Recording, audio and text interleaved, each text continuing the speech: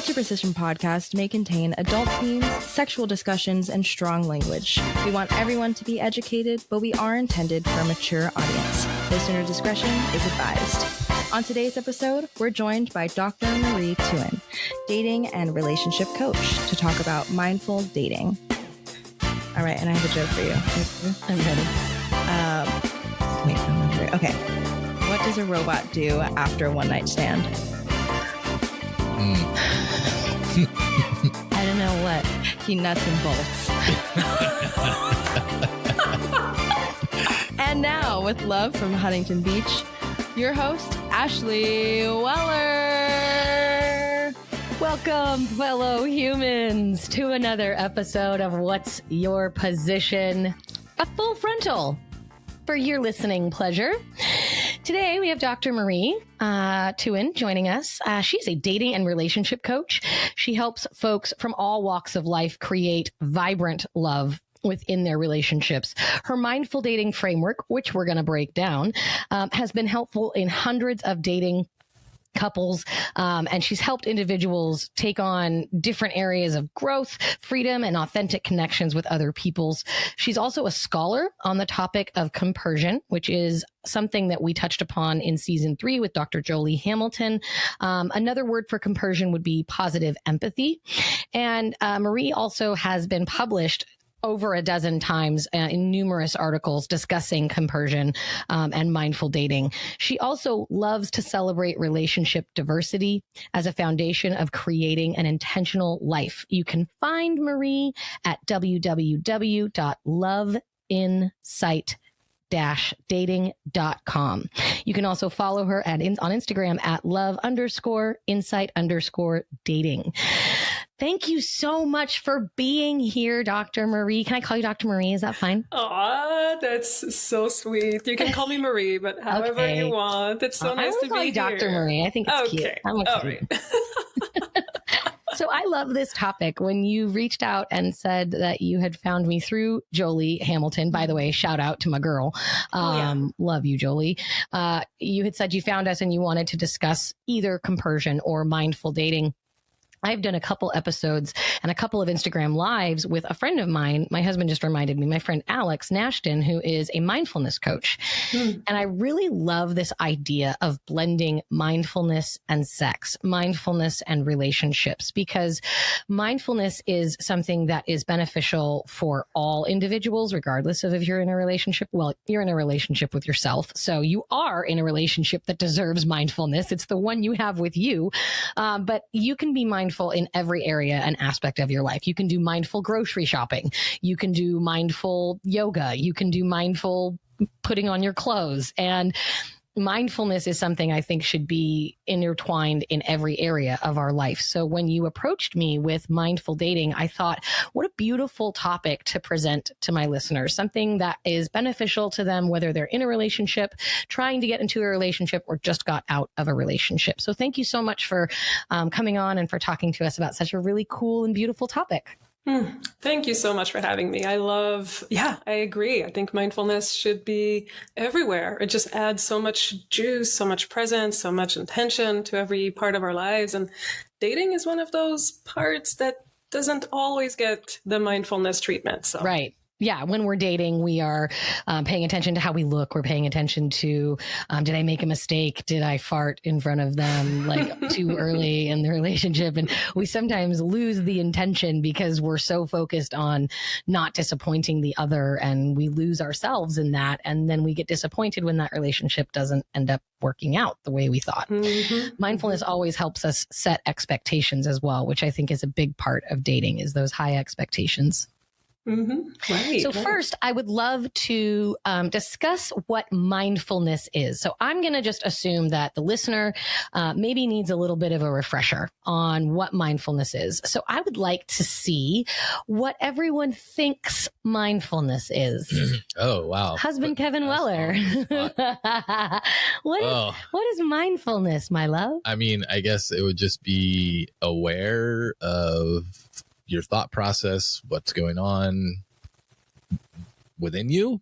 Yeah, that's really good. Interpersonal. Yeah. Being aware. Yeah. I love that. Yeah, I mean, it's, I guess kind of in the same deal, like making a conscious effort to be aware of yourself and your surroundings. Yeah. Yeah, Marie? Mm-hmm. Yeah, awareness is great. And I would also add the word presence. Being really present and embodied, being with yourself, and also having a layer of awareness that's kind of watching the movie of who you are, rather than just being caught up in the movie without that extra layer of awareness. Mindfulness is the basic human ability to be fully present, like you just said, and aware of where you are and what you're doing, and not to be overly reactive or overly responsive or overwhelmed by what's going on around us. It's a quality that everybody in the world already possesses.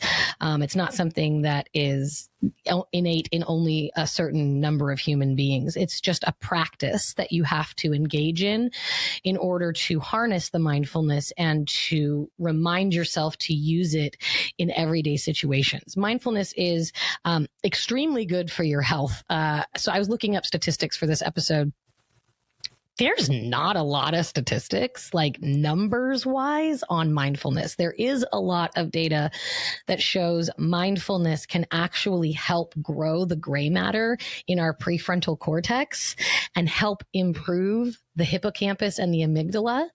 It also can create new neural pathways. Alex would be so proud of me right now. Mm-hmm. Yeah, that makes so much sense. Mindfulness creates the neural pathways. Yeah, it creates new rivers in our brain so that we learn how to navigate situations in a different fucking way, so that we aren't reacting to things the same way. When you do and practice mindfulness, you're able, right? Yeah, that does. What do you think? Help me, Marie. Am I saying it? Yeah, that's amazing. Yeah, I love that, because when we're becoming and practicing becoming less reactive, then we're giving more power to that prefrontal cortex that is able to make us feel more in charge of our life, more empowered, more in the driver's seat, rather than just being a victim of everything that's happening. Exactly. I think that mindfulness is one of the most powerful ways to pull yourself out of victim mentality or martyrdom, which so many people suffer from. You know, this thought process, everything bad happens to me. Why is no one helping me? Why do these people keep breaking up with me? And we continue to play the blame game. Instead, when we're mindful, we're actually looking at everything around us, not just what's happening to me or who's standing in front of us saying whatever. We're looking at an entire situation, and we're able to understand that the person who's talking to us is their own person, and they're suffering from their own unique sets of issues. And we're not alone. There's people sitting at a table who are also having an argument. There's a person sitting with their dog. There's an old man by himself. And when you are taking in the other, and when you are taking in your surroundings, you're able to ground yourself in that moment. And instead of becoming reactive and feeling like a victim, you can actually say, oh, I have control. I have legs. I can actually leave this situation. I can actually walk away from this conversation. This is phenomenal. Or I can just say, hey, thanks for the conversation. I have to go. No more for this. And take charge. And like you said, feel like you're in the driver's seat. Right. Do you work with people who suffer from victim mentality? Yeah, I mean, I think most of us suffer from victim mentality, if not all of us, really, at some level. It's very rare for someone to be completely free of that. I mean, I think it's something that's so ingrained. And when we feel like we're experiencing negative, painful emotions, our automatic reaction is to look for someone to blame. It's to look for how we have been victimized. It's never well, because admitting that it's your fault would mean that like you have a fault. Like there's something wrong with you. It's never me. It's funny. Could be. I teach, and my students are always, coming to me with problems or things that they're doing. And I'm like, I just said this to a person the other day. There was, they had a group project and they weren't getting along. And isn't that the case in a lot of group situations, that you're just not getting along and you can't seem to work with your group? And every member of the group came to me and told me the same story, but from their perspective as the victim. Right. Every single one of them had the exact same thing to say about mean text messages and feeling ghosted and doing all the work and having their work replaced and getting talked down to. Every single one of them said the same thing, but every single one of them was the victim in a different way. And I was like, you know what I like to do in situations like this? I like to step back and play a little game called, what could they possibly be going through? Empathy. Mindfulness helps us become more empathetic. Right. It helps us understand the other. Mindfulness also helps reduce depression, anxiety. It can also improve our mood, our sleep, and it can also reduce our stress levels, which reduces cortisol, which means that we have a healthier heart and we have less chance of stroke and heart attack, which are, again, these are all correlational. There's no direct link to mindfulness and the reduction in heart attack. But when you reduce your stress, when you reduce your cortisol, you reduce the risk of all of those things. Mindfulness actually has been shown to reduce behavioral problems in children. And so there are some schools who have introduced a mindfulness practice in elementary schools. I had to do mindfulness. Did you? We did mindfulness, not in elementary. It was like middle school. It was just because of this one particular teacher that I had that loved the practice of being mindful. So every day or like every other day, whenever we had an assembly meeting, we would do like 5 minute, like 2 to 3 minutes. I think it was really short. Just like close your eyes, try to be present, think about like, oh my what's going on. Wow. And if you don't, if that's too hard for you, just like sit there and just close your eyes. Did you like it? It was awesome. It was really cool. And I had a couple teachers in college that would do meditation and stuff, including you. Yep. I do a little meditation before each of my classes. I ring a little gong. I had like 3 different teachers that did that. That's amazing. Yeah. And I think it should be more present in our schools and be more of something that we ingrain in people from a young age to teach them how to embrace mindfulness and the other, and this idea that there are things happening outside in our environment that we should pay attention to. It's also a survival skill. Right. Being mindful when you eat means that you're not shoving food in your mouth and not paying attention because you don't want to choke on your food, taking mindful bites, being mindful when you drive, not reaching your destination and saying, how the fuck did I just get here? I don't even remember the drive home. I checked out on that drive home. I don't even remember how I got here.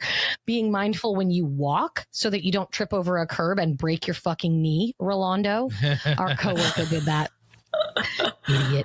And being mindful, it can actually be a survival skill. Do you agree?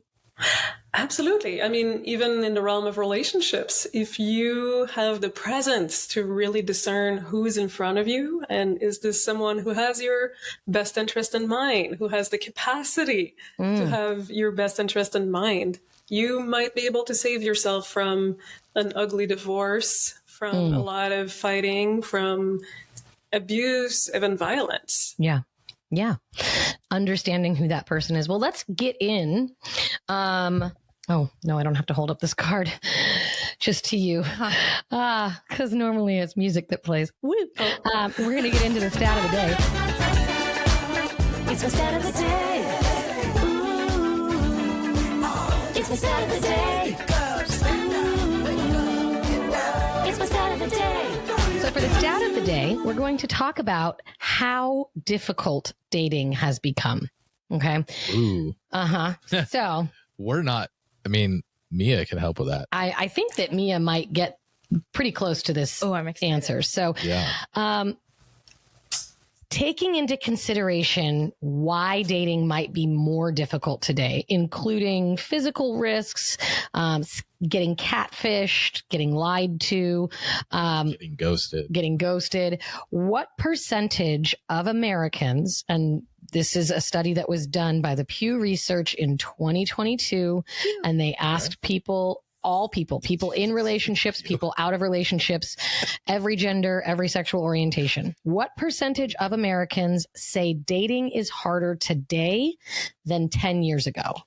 Oh, no. But they asked every age group, every gender, what percentage of Americans say that dating is harder today than it was 10 years ago? Husband Kevin Weller. 25. 25%. Okay. Whoa, I'm going to say 82. 82. Okay. Oh, okay. Guest Marie. 75. 75. All right. Wow, I'm way low then, I think. Do you want to know the answer? Yes. Too bad. You have to wait. We do it at the end of the show. I thought I was hoping that too. I was like, wow, she's gonna feel like No, I don't give away the answer until the end of the show. That way people stick it out. Sorry. Okay, I'm gonna stick it out. Don't let me forget. Yeah. Don't let me forget. Yeah, We should no. do the stat. Yeah, Don't I let me won't. We I have totally too. have been catfished. Oh, yeah. We've been catfished. we've Yeah. been catfish too. Although there's a huge TV show. There's a whole TV show about being catfished. That was actually a good. Never mind. I'm not getting into that. It is a good show, actually.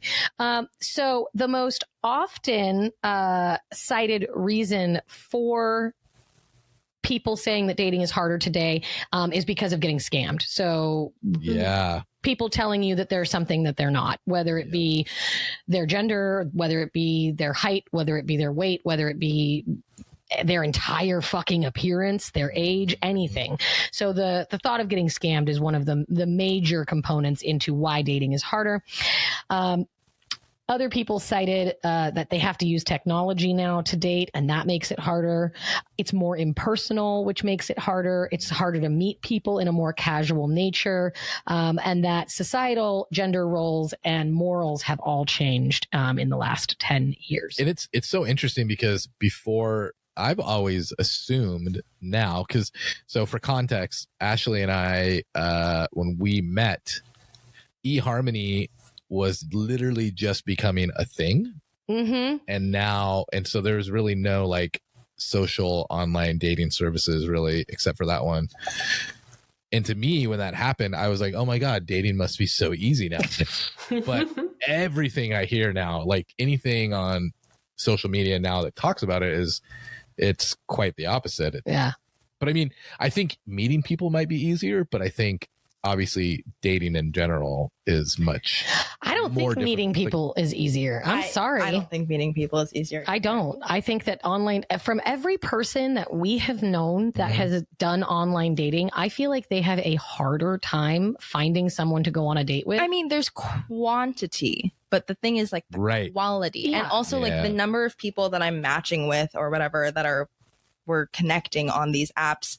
The percentage that actually turns into like an in-person date, I've had 2 Right. out of the like, I don't know how many people I've matched. And that's what mindful dating, I think, has a big play in online dating because you're mindful of who you're choosing to go on a date I'm with. very picky. I will say that. I don't like the word picky. I Good. think the word mindful, right? Can we replace picky with mindful, Dr. Marie? I really like that. Thank Yes, you. Mindful, selective. Yeah, you're You're mindful. being selective. You're being mindful. I think that's part of the problem because you could say yes to everyone and just throw caution to the wind and date a bunch of people who you may or may not like. You know, you don't have a conversation with them. Somebody matches with you and you say, yep, let's go. Mm-hmm. Are you going to get a lot of good people? It's kind of, I don't know. I just feel like I don't know. It depends on what you're dating for. It depends on why you're dating. If you're going, That's if true. you're just Are you wanting going to hang hook out up? with people, you want to hook up with people, or are you looking for a long-term commitment?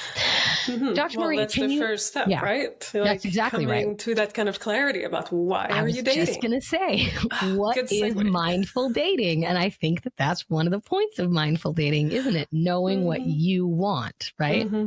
Absolutely. In your own words, what is mindful dating? So it's applying mindfulness and everything we just talked about, the presence, the awareness, the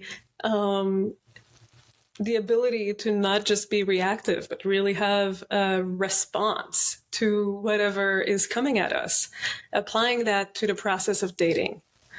And I do have this 6-pillar framework that I help people with. So 6-pillar framework. I Do know. you mean the deep dive masterclass, 6 pillars of mindful dating? yes. Oh my yes. God, that just so Oh my happens to be God. my tip of the day. Ding, ding, ding, ding.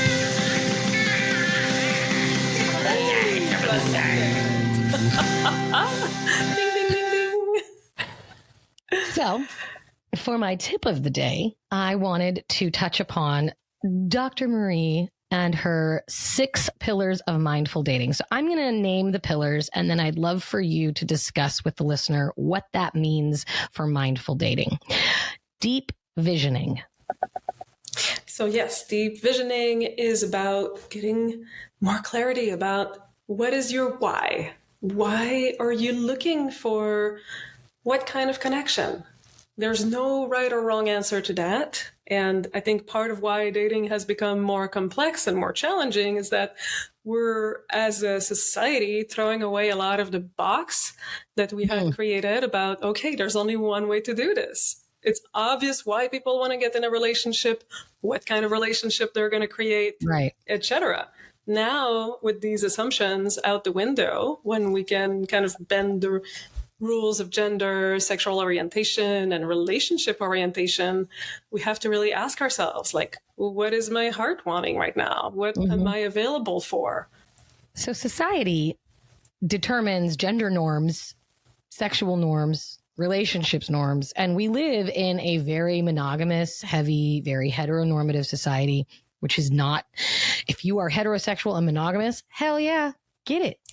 Live your best life. Live your best fucking life. But that doesn't mean every single person wants to live your life. And so I think what makes dating hard is accepting that you may have a different idea of what you want from dating than what society tells you you should want. So your first pillar is deep visioning and knowing what you want. I think a lot of people don't even know what they want when they go into dating. They're like, I don't know. I want I want to sex. I want Sex. to sex. Porn. I want to sex. I want to fuck. We all do, right? I want to be with someone. I want someone to talk to. I want companionship. I want validation. I want dinner. Tell me I'm pretty. I want dinner. No, that's a thing though, right? That's uncool, by the way. I hear you, but it's a thing that people want. And if they can tell themselves at least what they want in dating, I feel like that's an amazing fucking pillar. Pillar number 2, self-image, confidence, and inward dialogue. So self-image and confidence, I feel like go pretty hand in hand, but can you explain to me inner dialogue? Yeah. So what are the stories and narratives you are telling yourself about your dateability, who you are as a potential date or partner? What are you telling yourself about your past relationships? What narratives have you constructed around that? That is such a big part of dating because these narratives are going to come up and they're going to taint what you create, what you attract.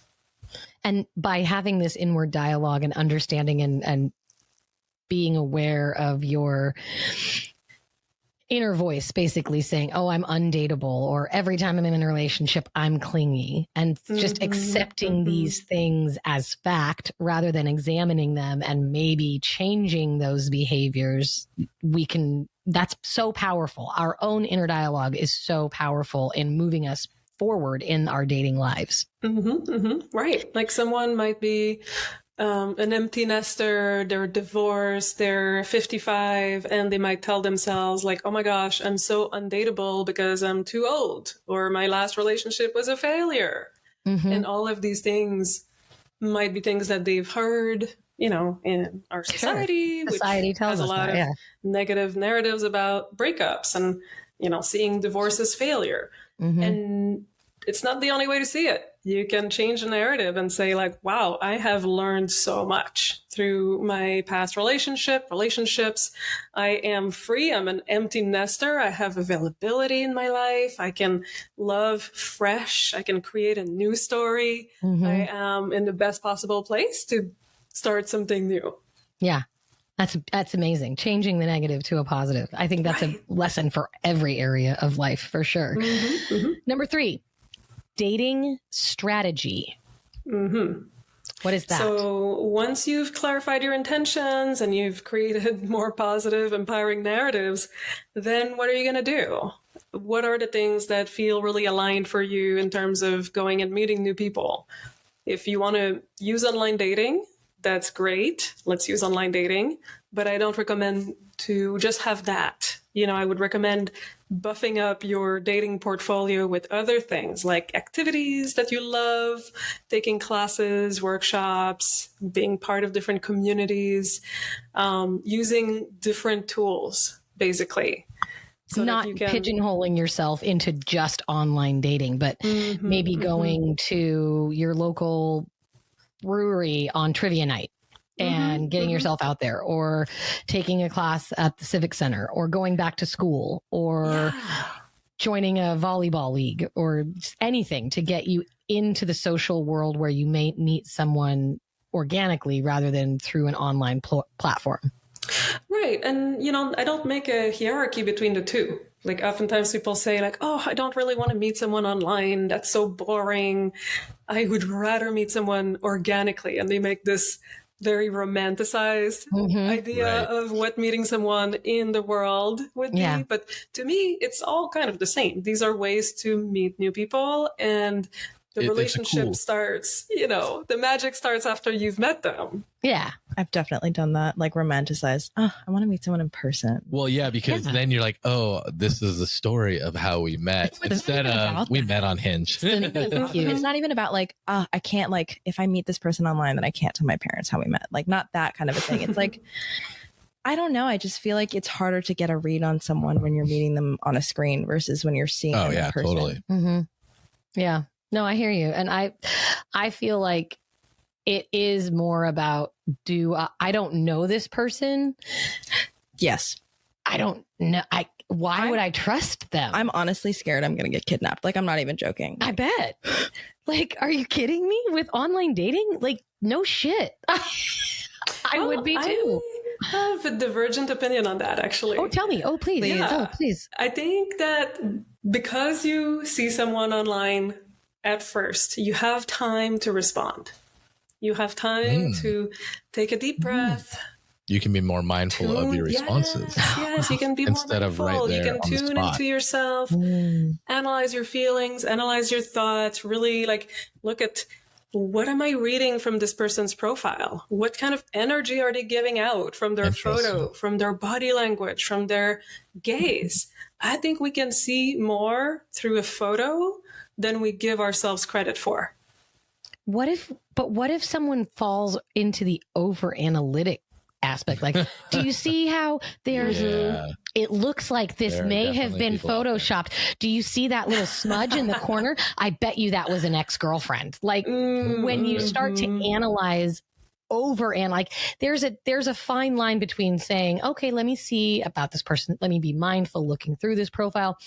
It also leads into number 4, which is online dating guidance. Right. That's your 4th pillar. So I feel like we're sinking into that by talking about this, but how do you guide someone through mindful online dating? Yeah. So I would say about 4 steps in that realm of what I would call mindful swiping. One is mindful swipe.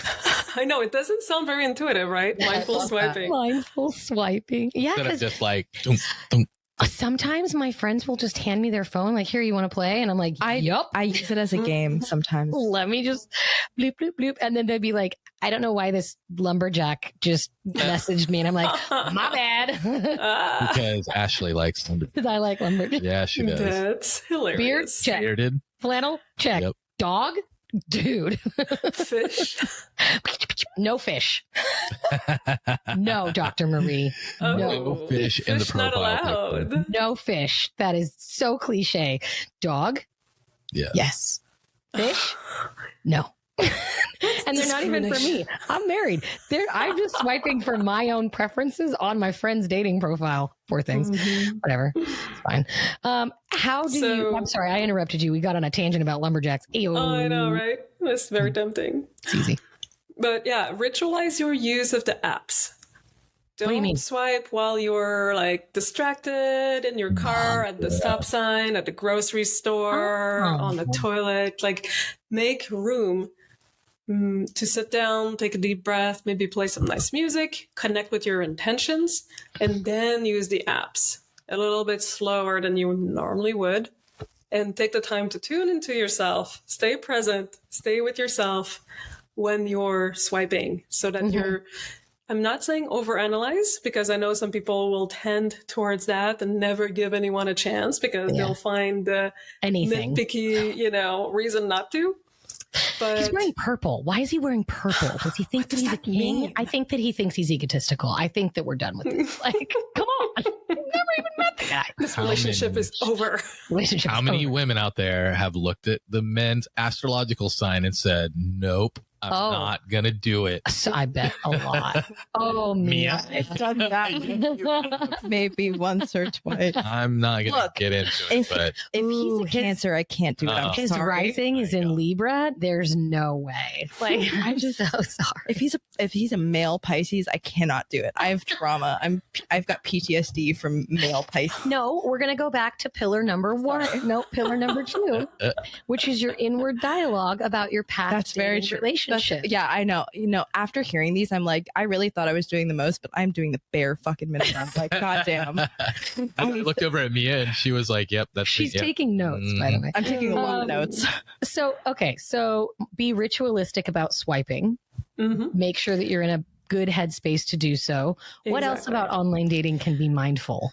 So make an online profile that is actually authentic.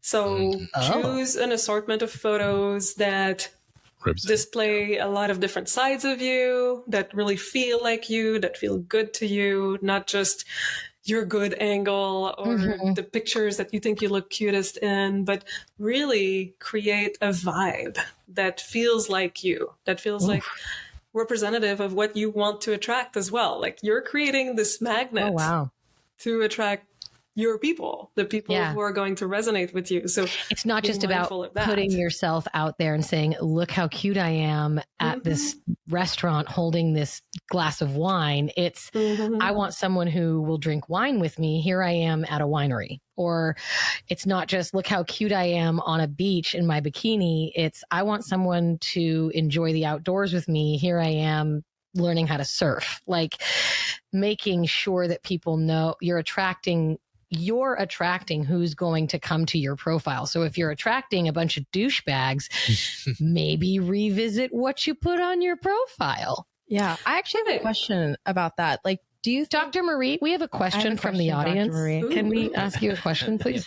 Do you think like the specific app has anything to do with it? For example, I'm thinking of like, I have a profile on Tinder versus I have a profile on Hinge. And I feel like my Hinge profile is a lot more authentic. It's a lot more like, interesting. I don't know, just because of what I've maybe heard surrounding the apps. Like some of my friends are like, no, Hinge is like better for actually meeting people. Tinder's just for hooking up. Do you feel that there's a difference between the app? Yes and no. I mean, yes, apps have different reputations, and Tinder has a reputation for being more of a hookup-y app, and Hinge, their tagline is the app that's meant to be deleted. Yeah. So they have this branding that promotes the idea of a relationship. And that said, you can create a really authentic profile on Tinder. There's nothing that prevents you from doing that. It's like a placebo effect because you think Tinder is for hooking up. Capitalism, baby. You make a profile that's geared towards hooking up, whereas you think Hinge is better for long term. So you make a profile that's better for long term. Or like, there's like Christian Mingle. It's geared towards people who are religious. Right. So they're probably going to have more like Bible verses in there. I don't know. Yep. Number 5, dating behaviors and communication. So communication, like, I don't know if anybody knows this, but communication is like the most important thing when it comes to a relationship. Yeah. It's ridiculous. And also, I want to just tie in your work with consensual non-monogamy really quickly. I've had a lot of guest speakers in my classes and on my podcast who discuss consensual non-monogamy. Dr. Jolie Hamilton being one of them. Love her. Yes. Dr. Justin Lay Miller, who I love, was another. And consensual non-monogamy and individuals who practice polyamory are, in the scientific world, research actually has shown individuals who practice consensual non-monogamy have better communications echelons higher than their monogamous counterparts. There's no way it would work if you didn't. I know. Oh no. No, you can't do it without communication. What can monogamous couples learn from consensually non-monogamous couples about dating and communication? What can we take from that community and their communication and apply it to the dating world? Mm-hmm. Well, one is intentionality rather than default. So in the monogamous world, people usually make a lot of assumptions. It's that relationship escalator. You meet, you start kissing, you become ultimately exclusive. What are we? Like, what is our label? Yeah. I know. What are we? We have this set of assumptions. In non-monogamy, people don't assume. They actually talk. What is the expectation? What is the hope? What is the desire? So what is the availability? What do you want? You really dig in. Mm-hmm. Yeah. Mm-hmm. What do you like? What do you not like? Exactly. Interesting. There's breaking down that expectation feels like it would be very scary for a person who wants a monogamous long-term relationship.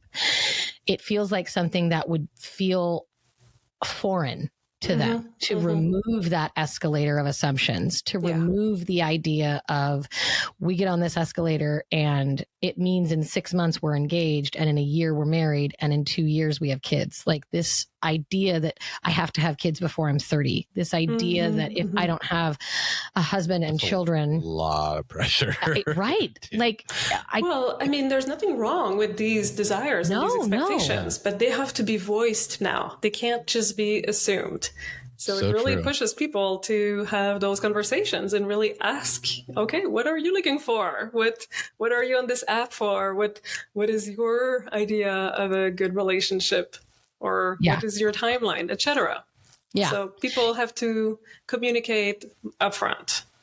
Yeah, exactly. And then number 6, managing emotions, which I think could be its own pillar, and dating transitions. Do you mean breakups?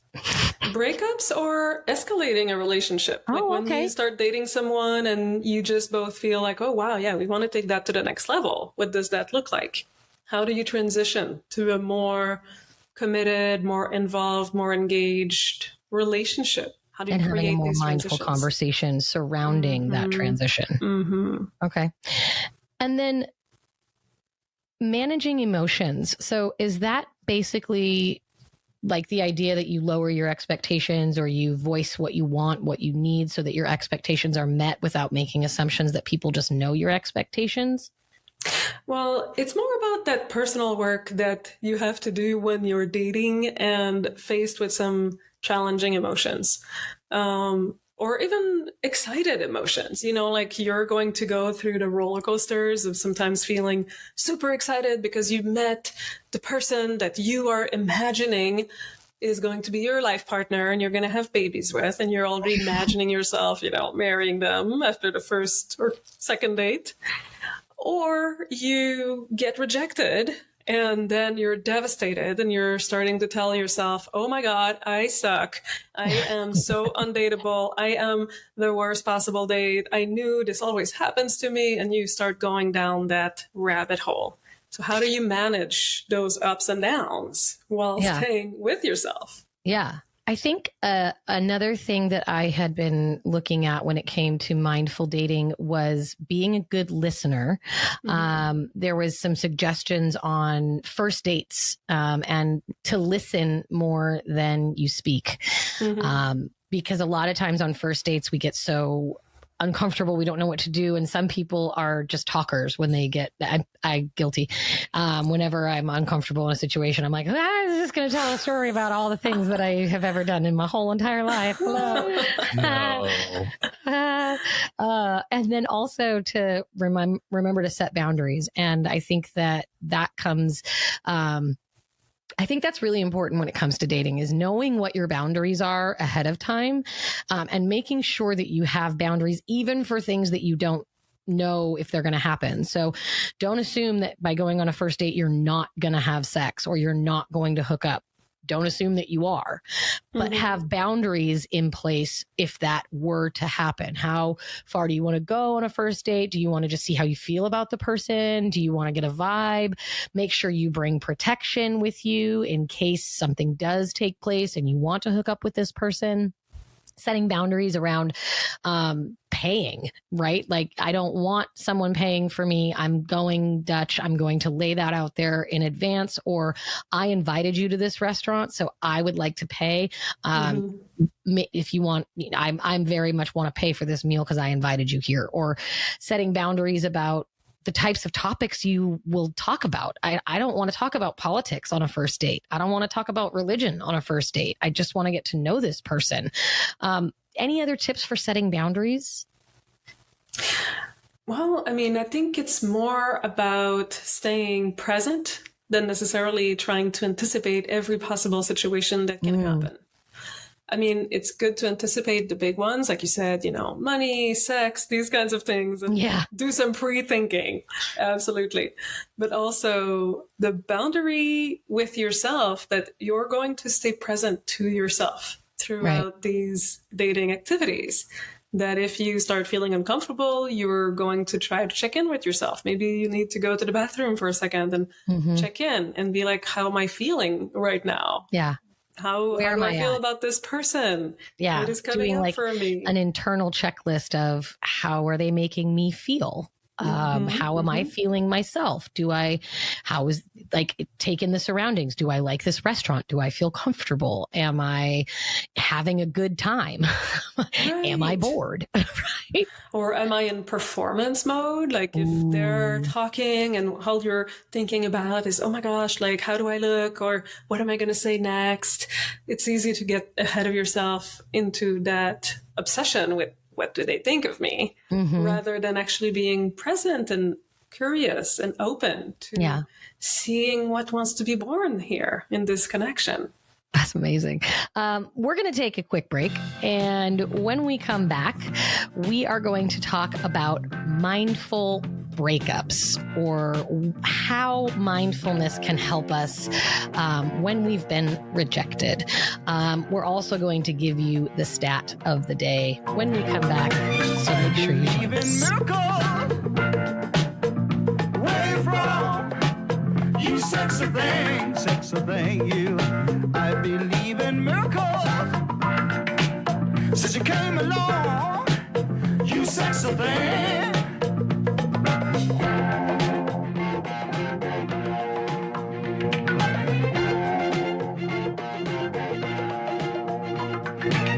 Where did you come from, baby? How did you know I needed you?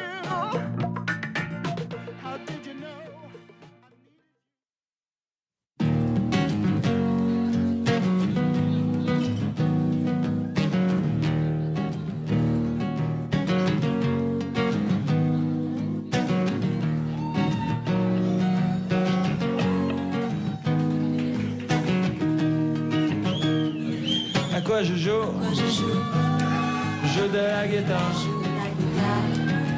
Quoi je joue? Je joue de la guitare. La solitude parfois est immense, tout plutôt que d'être ce passant qui traverse le temps de temps en temps. Alors je pars à la dérive, mon lit est un navire, un atelier où je vais pour l'éternité. Voyageur dans l'instant présent, je ne sais pourquoi je suis si triste. J'aimerais appeler quelqu'un, mais qui Dieu? Je me sens seul, je viens tout misère. Welcome back, fellow humans, to What's Your Position podcast. We are joined by Dr. Marie Thuin, who is a relationship coach, and we are talking about mindful dating. Before we went to break, we gave you my tip of the day, which was the 6 pillars of mindful dating that Dr. Marie does a masterclass on. Where can the listeners find the masterclass, by the way? They can go either to my Instagram at love_insight_dating, and it's in my link in my bio, or they can go on my website, loveinsight-dating.com/masterclass. Nice. It's only $25. It's the best $25 you can spend on your dating life. How many classes? Just one class? Yeah. Perfect. How long does it take? It's an hour and a half. Nice. Recording. Okay. Yeah. Very cool. I love that. I absolutely love that. We're going to talk now about how to be mindful in our breakups. So breakups are, you know what? Yeah, you're so smart. I'm going to tell you the stat of the day first. Okay. All right. All right. So I'm going to tell you the stat of the day, and then we're going to talk about breakups. So the stat I asked you was dating has obviously gotten harder in the last 10 years. What percentage of Americans polled in a Pew Research poll said that dating is significantly harder than it was 10 years ago? The answer is 47%. Oh. However, women answered 68%. Oh. So, Dr. Marie, you were close. Whereas men, only 30% of men said that dating is harder. So Kevin was close too. Wow. Yeah. And I think a lot of people who are in long-term relationships like Kevin and I, we don't know what dating's like. Like we just don't. Right. Like we're just not in that realm. We didn't, like he said earlier, we didn't do online. We never did online dating. We met at a restaurant, and all of our friends met through friends or in college or at work. And so I think that a lot of people may just be a little tone deaf to how difficult dating is. And then older people who were polled, only 7% of people over the age of 65 said that dating is harder than it was 10 years ago. Wow. Interesting. So anyone who's over 65 and listening, you're wrong. Get your head out your old ass. It's hard to date in this world. Okay, man, Mia, you said 85%. And I feel like if they had broken it down more by age, younger people would have been up in that higher echelon. Mm-hmm. Especially with like COVID. Oh, Yeah. Like, I mean, I wasn't actively going on dates or anything, but there, like, you hear about people who were doing video dates as first dates during COVID and like getting to know somebody via that, or like they went into COVID in a relationship and came out of it a relationship. Yeah. A lot of people. I think that a lot of people broke up. Also, COVID kind of like put this seed into our minds of like, I can't be physically near someone. Like it's like warning signs are blinking. We knew somebody that went on their first date and they met in a park and they sat on the opposite ends of a bench. That's the beginning of a rom-com. They met online. They went to a park. They went and sat on opposite ends of a bench, and then they had a picnic dinner in his truck, and they sat on his tailgate in his house. No, for other reasons. It had nothing to do with him. Let's not get into that. That's another fucking episode. So 88% of people surveyed by the Pew Research in 2021 said that they have been dumped by a long-term partner. 88% of people have been dumped. Okay, so if you have been dumped, you are not 88%. Like, Dr. Marie, that's a big fucking number. Like, that's a massive amount of people. When you're surveying, you don't expect to see that unless you say how many of you have driven a car, how many people have had sex, how many people have eaten a cheeseburger. Like these are the times when we're seeing like the numbers in the 90s. 88% of people have been dumped by a long-term partner, and the Pew Research says long-term partner is 9 months or longer. So that is the number that they used to determine a long-term relationship. I have seen long-term relationship defined as 6 months and also as a year. So I kind of enjoy that 9 month mark. What would you define a long-term relationship as? What do you think? Gosh, that's a great question. I never really thought about it, but I think 9 months is a good marker. I mean, 6 months feels still kind of new. Just babyish a little. 9 months. Think about it as a child. There's something more substantial about 9 months. Yeah. I feel like there's not a whole lot of difference between 6 months and 9 months as a baby. I feel like there's a big difference between 6 months and a year. True. Like, I feel like at a year, you're starting to walk, you're starting to say shit. As a 6 month old, you're kind of just a head that lolls. You don't really searching for you're food. Just there. You just exist. You're a blob. What, 9 months you can do some more. Can you do shit at 9 months? I don't know about the fuck. I don't know. Women are twice as likely to be the dumper than the dumpy. Yeah. Just like I'm 2 for 2. Wow. She's all bye. Oh my God. Bye. So how can we be more mindful when we get broken up with or when we break up with somebody. A lot of people said that they think that breaking up needs to be done in person. Majority of people think that this is the only way you should break up with someone who you're in a long-term relationship with. Not necessarily someone you've gone on like fucking date. What? Mia sounds like it looks like Mia's broken up. What did you do? The last boyfriend I had, I broke up with him on a phone. I think phone call might be better than text. Wasn't he in a completely different time? No, he had actually long. Yeah, weren't you in different states? He was in a different state. We were doing long distance for half of our relationship. I'm sorry. That's acceptable. Okay, good. You're not gonna fly. Good, that makes me feel better. Hours. That makes me feel better. No, like when we broke up though, it was like the day he flew home. Ugh. Like he went home and then you broke up with him after he had left? No. Like he came home and then we were supposed to meet up and I was like, yeah, that's not gonna happen. Oh, you can get fucked. It wasn't like, I don't know. I feel a little bit bad about it. I probably should have met up with him, but he was like, I don't want to meet up if you're just going to break up with me. And I'm like, well, that's what this is, buddy. No. Okay, so it was kind of out there. Yeah, I mean, hello, we were doing long distance. I can't do long distance. I've learned that now. I wouldn't feel guilty about that. I would. If you like emailed or you're texted mindful him, now. I'm being mindful that I know that is a boundary that I no long distance. How can we be mindful dumpers, Dr. Marie? How can we mindful dumping mindfully break up with someone?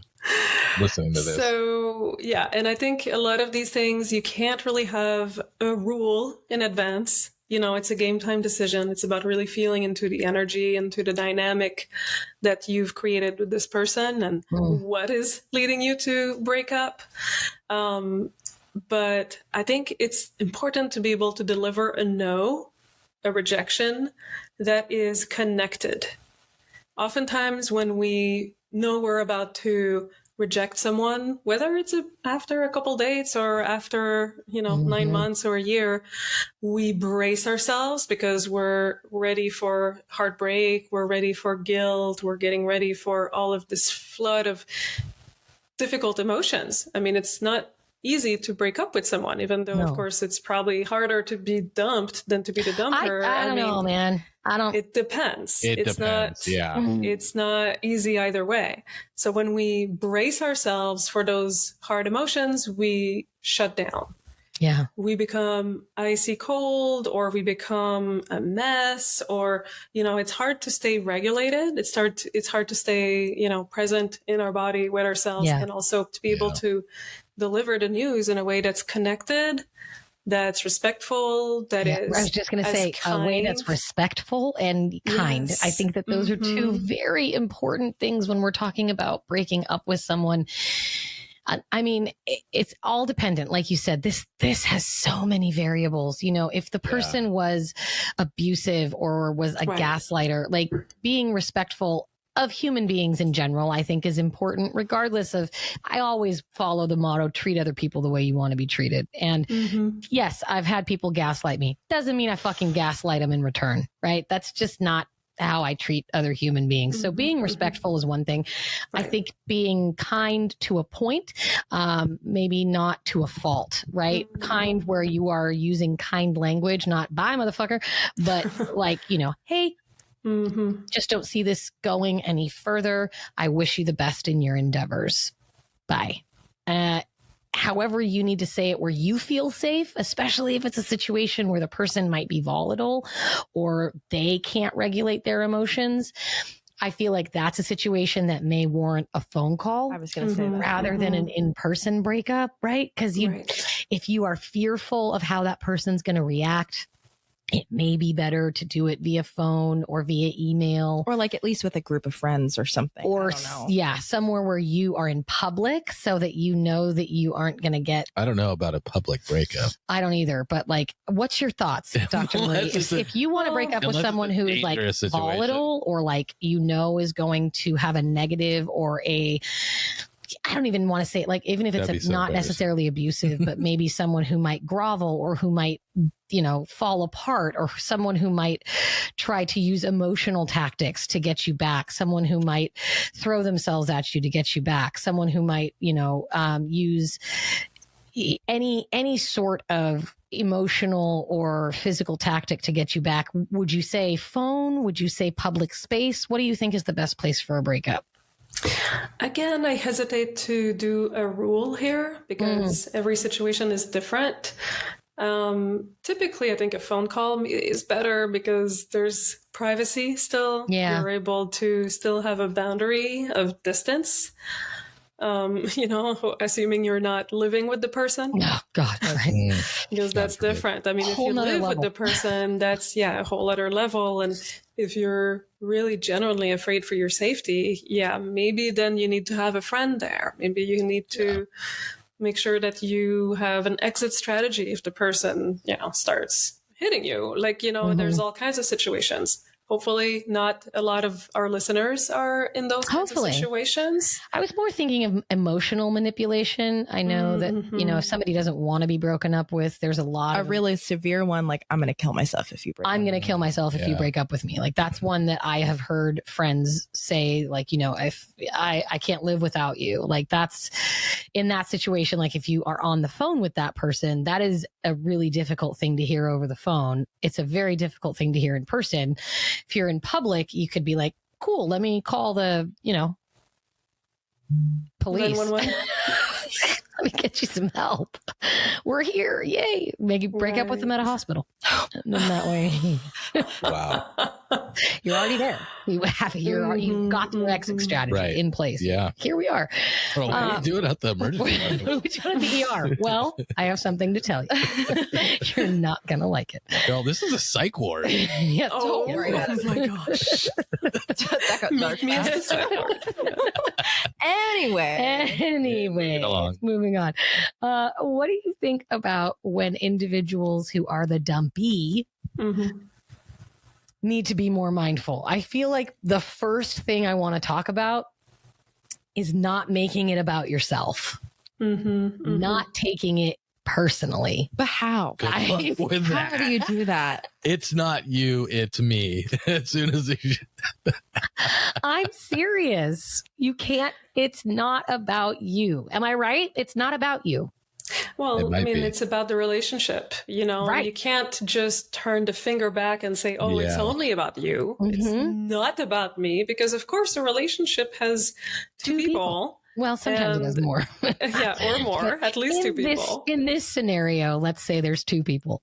And it's too easy to just say like, it's all your fault anyway. You don't know what you're missing. You're a jerk. It's too easy to create that kind of narrative just to avoid the pain of feeling like maybe I did something wrong. And it's not about turning the finger towards ourselves completely and say, it was all my fault. But mindfulness will ask of us to create a balanced narrative. Yes, exactly. What was my part in this? What could I have done differently? Or what can I learn? What can I learn? What can I take from this? One of my favorite phrases when it comes to life and mindfulness is take what serves you and leave the rest. And if we take what serves us, if we take from a relationship that I can't do long distance, that's what we learned from that relationship. That serves us. That's what we should take from it. Not, I don't want to date a Pisces. Okay, you know what? I'm going to have to agree with that. You're right, though. You're right. It's like, I think it's Mia, great. But you're not the only one. No, I know. And I don't think I am. I just feel really attacked right now. If that's great in theory, and I think it's fantastic advice, but it's just like, how am I supposed to practice that? It's so difficult for me to just get started doing that. What's like a first step I can take? I don't know. What is a first step one can take in not taking things personally? Well, I think we need to reframe the whole idea of breakups as a failure altogether. Interesting. Because I think we grow up with this idea that relationships is good, breakups is bad. Just very binary idea. Yeah, that's a breakup is always a failure on either one person or the other. Like, even the idea of saying like, what should I have done differently assumes that it would have been better for this relationship to last forever. Right. Which is a very arbitrary idea and kind of an outdated idea in my book. A little bit. Yeah. it's like not every relationship is supposed to keep going forever. No. Sometimes there's seasons in our lives that ask for one relationship because we have lessons to learn. We have, opportunities to open our hearts in certain ways with this person. And then it runs its course. And maybe we find excuses like, oh, it was because of this or that. But what if we just threw away the idea that anyone is really at fault and that there's really an inherent failure? Badness. Yeah. And look at it like, well, we tried our best. No, I think, yeah. We put our best foot forward. I actually think that that's beautiful by saying this relationship has ran its course. This relationship served its purpose. This relationship has gone on as long as it's going to go. And I don't think that there's anything necessarily like detrimental in saying I've learned all I can learn from you. I've gotten all I can get. And I don't think that we are going to be compatible moving forward because there are people who you will be compatible with. There are people who will grow with you and who will change with you. But there's so much that goes into it. It's like a dance. It has to be this perfect timing of cogs in a wheel, and the person has to be willing to dance and move with you and bend and change and get out of. How many times have we gone through that? Multitude of times. I can't even count. That's what I'm thinking. Like I'm literally picturing our relationship and the absolute like the highs. Walls and man.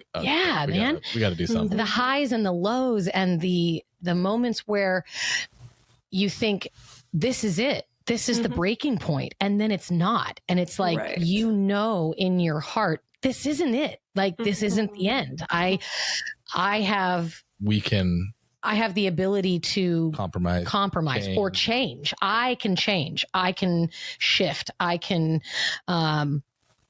remove this ideal that I had and move forward in a way that works for both parties. Or I did something and I need to take ownership of it, or we've gotten to a point where there's animosity or bitterness or resentment, which are horrible places to be in a relationship. And sometimes they're the end of resentment is just a relationship killer. When you begin to resent your partner, you really need to be aware. If you start to criticize your partner to other people, if you start to find yourself becoming irritable when your partner enters the room, if you find that you are annoyed with everything that comes out of their mouth, this is how resentment begins to form. And it's a weed. It's the ugliest and most toxic and constricting weed that you could possibly grow in your relationship garden. And it needs to be cut. And you need to either go to therapy or have a real open conversation with your partner about where the resentment stems from, what needs aren't being met, what expectations aren't being met. And if that person isn't willing to meet you where you're at and discuss potential exit strategies for the current relationship status, it may be time to move on. Luckily, my husband and I have gone through dozens of moments of, hey, something sucks. We're both fucking up. There's some shit that we're doing it wrong. We fucking fix it. And it's, you either say yes or you say no. And the relationship either continues or it doesn't. And I like to tell my students when I talk about relationships, please don't think that every relationship you get in is the end of your relation. Like this is it. Every relationship, this is going to suck. Every relationship ends. Every single one. Every relationship ends either because you break up or because somebody dies. Right. You will never have a relationship that doesn't end. So prepare yourself for the inevitable. And I love this idea that you propose that we make breakups. Let's change that word too. Instead of picky, mindful, instead of breakup, I really like transition. I love that you use that. Yeah. Me too. A relationship transition. Yeah. Yes. Because it can apply to that relationship, either transitioning to a new phase or dissolving. Right. And not everything that dissolves is bad. I like Alka-Seltzer sometimes. That dissolves, right? Sugar dissolves. Sugar's great. Just because something has an end doesn't mean it's bad. It could be every time something ends, something begins. And if we look at it in that regard and we look at how we can learn from that relationship, I feel like that is your first step. Yeah, I think that's the first thing, is finding the good and finding the lesson and finding the why. Again, at the beginning of a relationship, you find the why. Why am I getting into a relationship? What do I want from a relationship? When you end a relationship, why? Why did the relationship end? What did I learn from that relationship? How can I apply this to future relationships?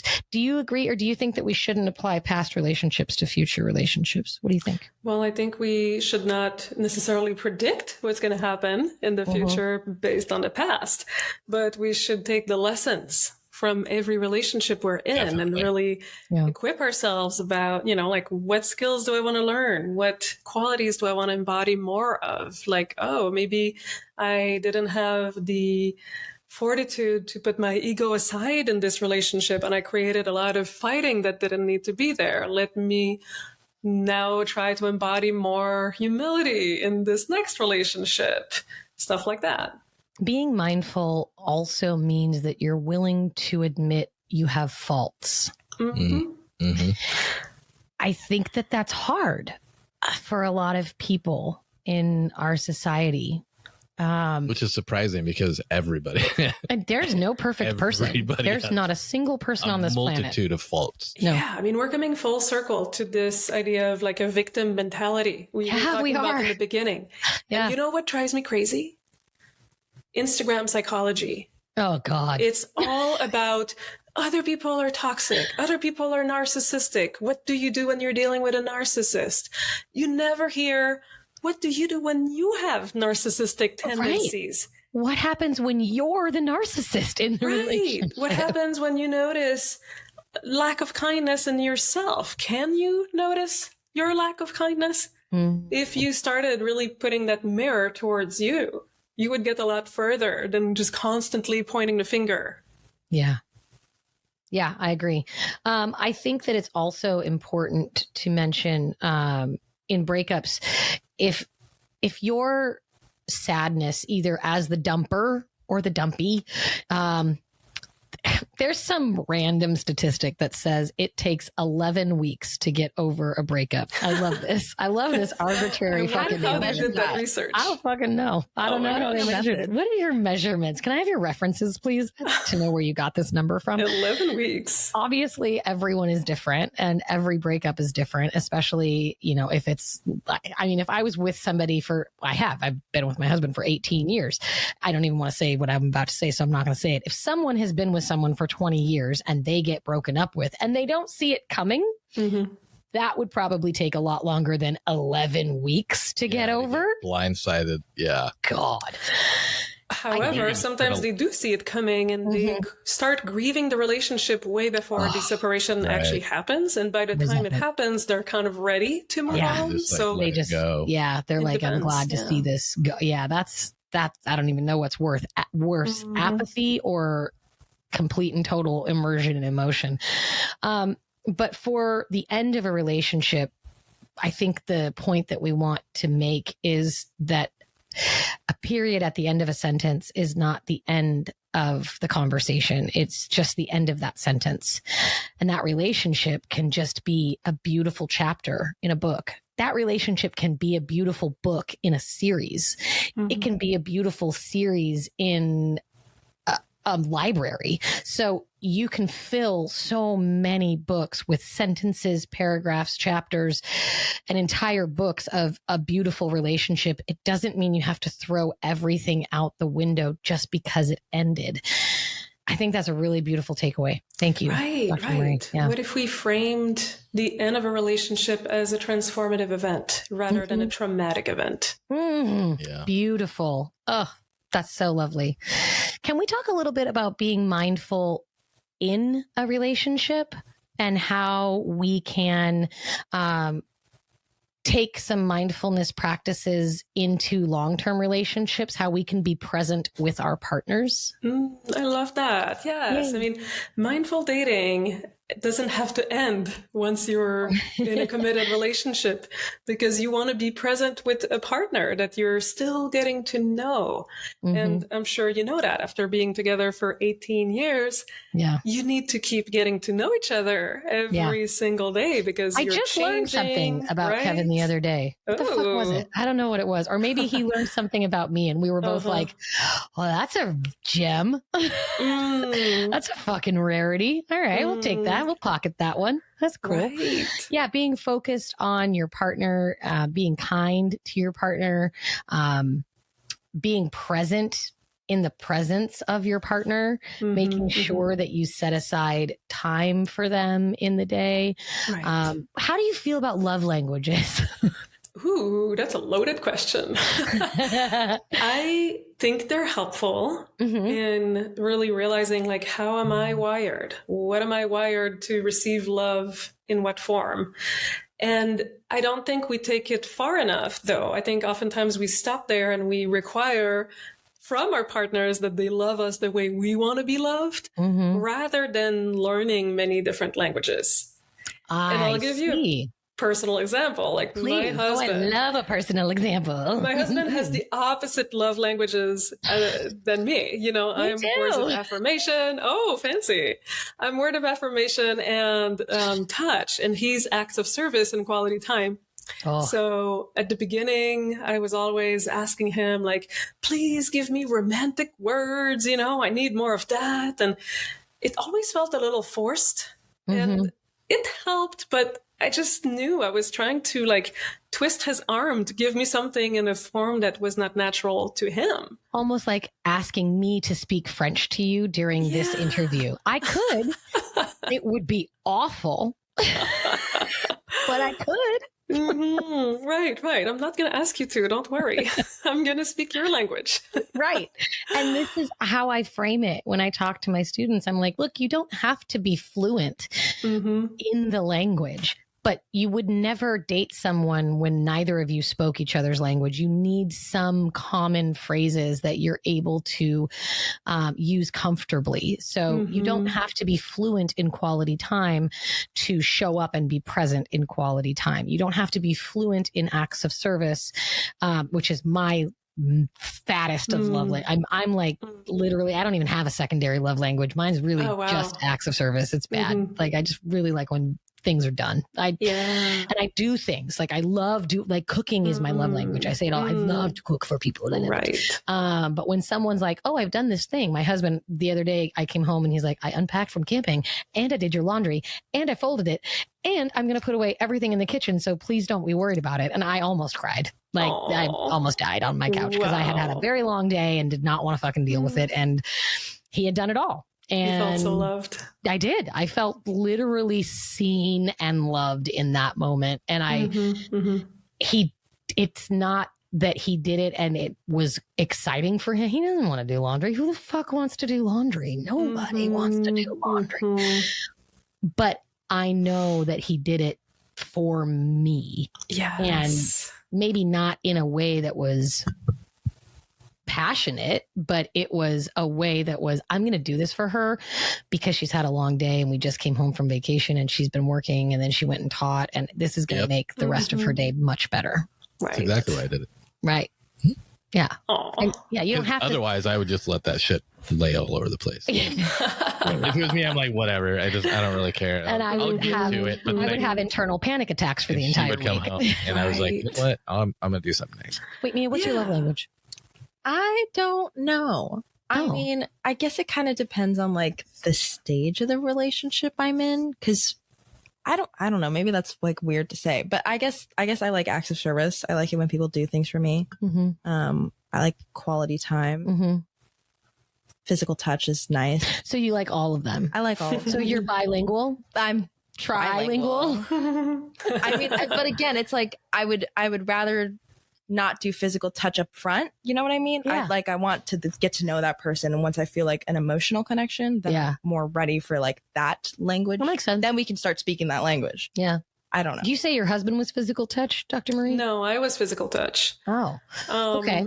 But yeah, we learn to speak each other's languages and also trust love coming from the other person in a different language. Yes. That's the thing. To me, that's the key. It's like at first I didn't trust he loved me because he didn't write me letters. Oh, and then I had to learn to actually accept that, oh my gosh, you know, him wanting to spend time with me or him doing nice things for me is his love. And I can trust that. That's beautiful. So it's like being aware what your languages are and then also being aware how your partner is expressing. Yeah, because guys are not going to pick up on that. No. Very well. No, when I learned what Kevin's love language was, which it switches, sometimes it's quality time, sometimes it's physical touch, sometimes it's words of affirmation. So he goes between the three. It's usually physical touch and words of affirmation. So when he sends me messages and tells me nice things, I personally don't need that. But I know that that's how he is expressing his love to me. And it's like a hug. Now that I know what his language is, I'm like, oh, my husband is hugging me. Yeah, it's only taken me 18 years to figure that out, though. It's fine. But I figured it out eventually. Not 18. It was like 15. You're fine. I feel like in a relationship, we also need to improve intimacy. So a lot of times people forget that when they're in a long-term relationship, they need to keep... hello, motorcycle. They need to keep up this level of intimacy with their romantic partner. So a couple of suggestions that I've seen are mindful touching. Can you explain what that is? Well, I mean, it's not as, I guess, like squarely in my expertise, but yeah, I can definitely riff on that a little bit because I really like that area, actually, like mindful eroticism, mindful sex, mindful touch. Yes. And again, like presence is the word that comes to mind because there's so many different ways to touch people. And when you go into touch with an agenda, you can all feel that, you know, the person receiving the touch can feel that the other person has an agenda for that moment and that the touch is not fully present and fully attuned. Yeah. Versus when you're actually in the moment, really asking of the moment and asking of your partner, like what wants to be born and how does this touch really feel good right now? Like it's not going to look the same way every day.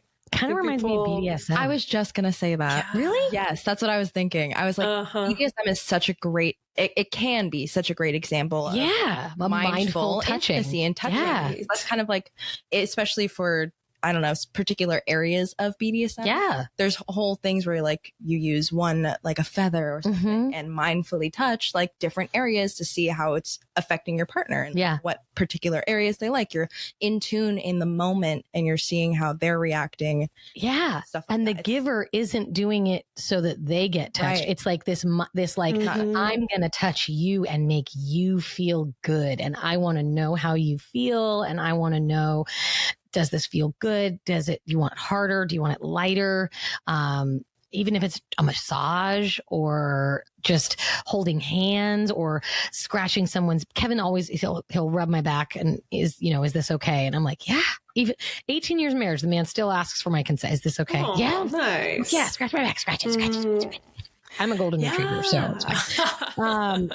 The mindful touching, I feel like, is such a beautiful way for partners to become intimate again.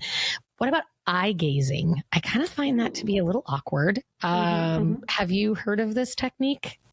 I really like eye gazing. I know it's not everyone's cup of tea, but to me, it's just a nice way to kind of relax and tune into each other. How long are you supposed to stare into each other's eyeballs?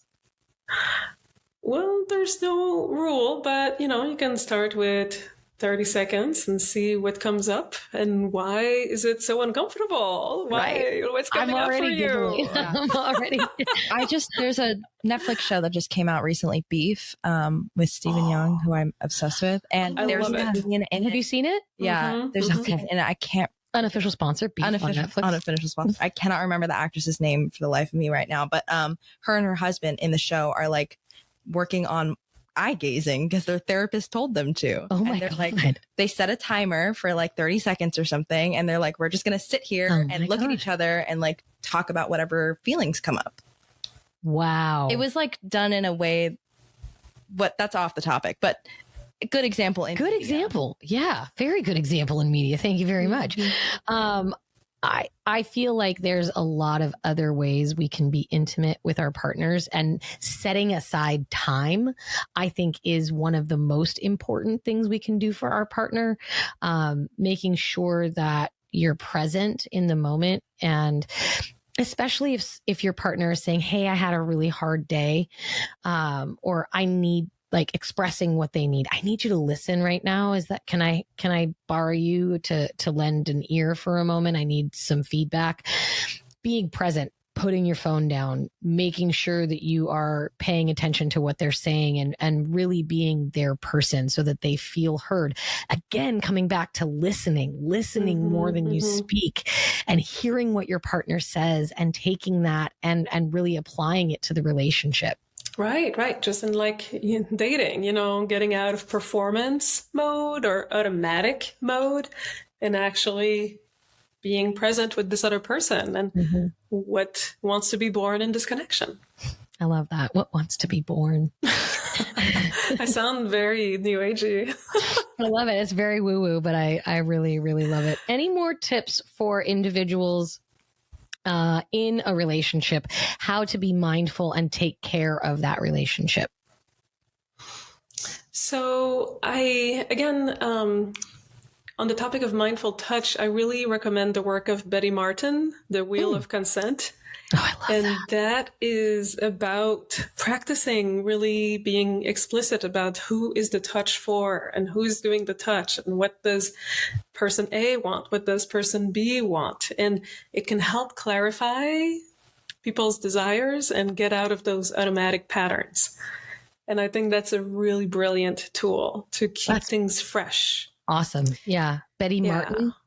Dr. Betty Martin, The Wheel of Consent. Wheel of Consent. That's beautiful. It reminds me of John Gottman's Wheel of emotional words, like how you're feeling. And it starts in the middle with like the words that we all use, those boring words like angry and sad and jealous. And it branches off. And then it's like, here's 5 words that mean jealous, and then envy. And here's 10 words that mean envy. And compersion hasn't made it to the John Gottman wheel yet. You've got to email him. You should email Mr. Gottman and see if you can add compersion to that wheel. Cause I think, I'm sorry, Dan Savage, I 100% agree with compersion and completely think that it is something that I strive for on a regular basis. How can compersion, before we finish the interview, can you please give us any sort of link between compersion and mindfulness?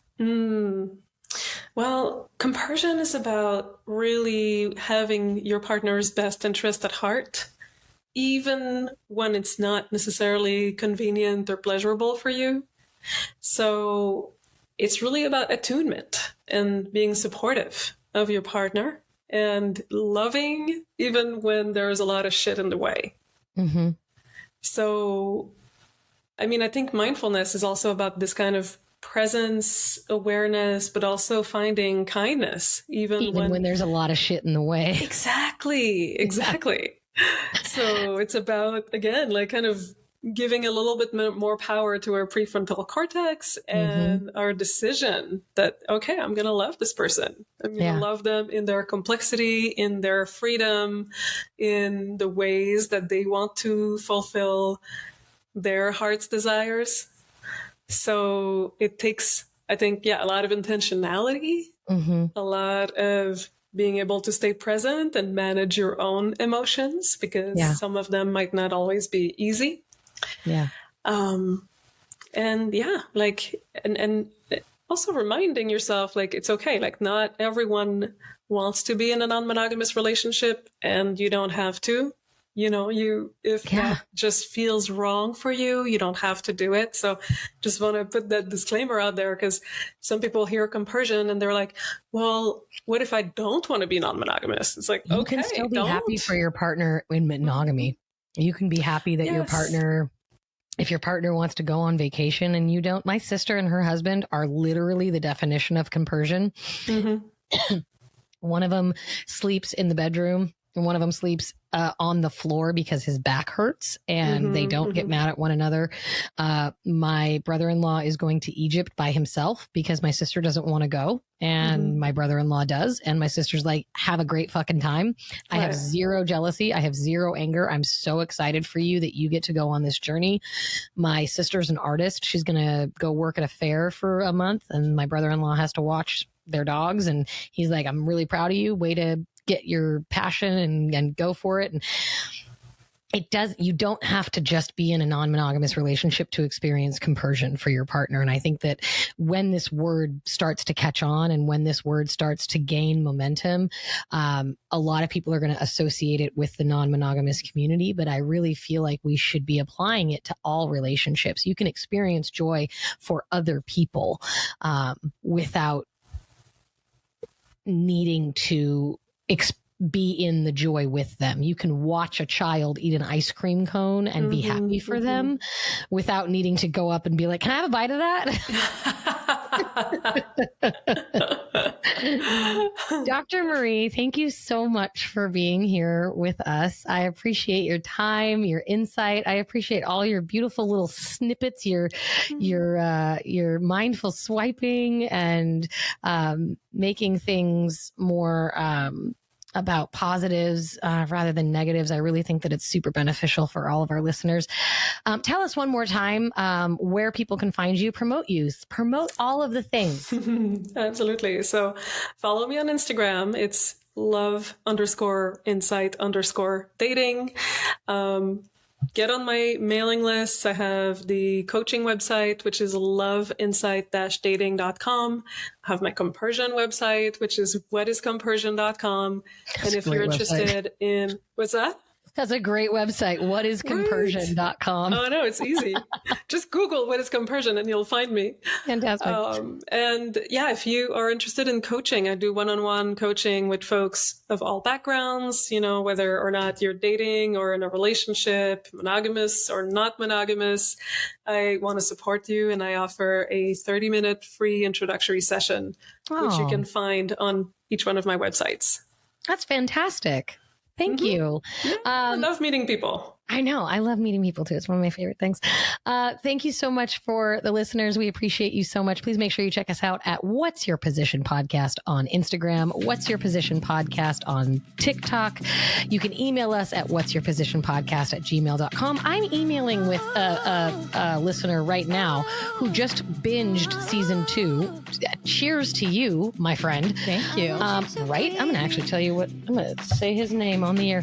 Not his full name, but and then also make sure that you send us ideas. If you want to be on the show, send me an email.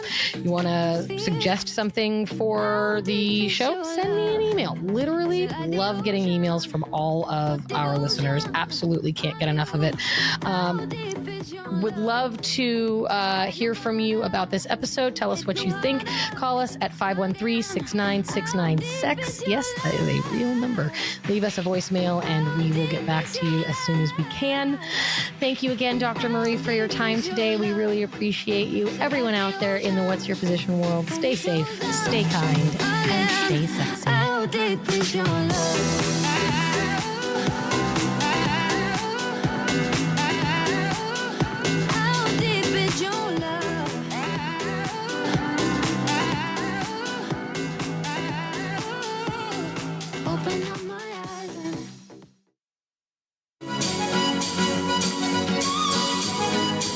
What's Your Position podcast represents the opinions of Ashley Weller and her guests. The content here should not be taken as medical advice and is intended for education and entertainment purposes only. Views and opinions expressed in the podcast are our own and do not represent that of our places of work. While we make every effort to ensure the information we are sharing is accurate, we welcome any comments, suggestions, or correction of error. Stay safe, stay kind, and stay sexy. At least we stole the show.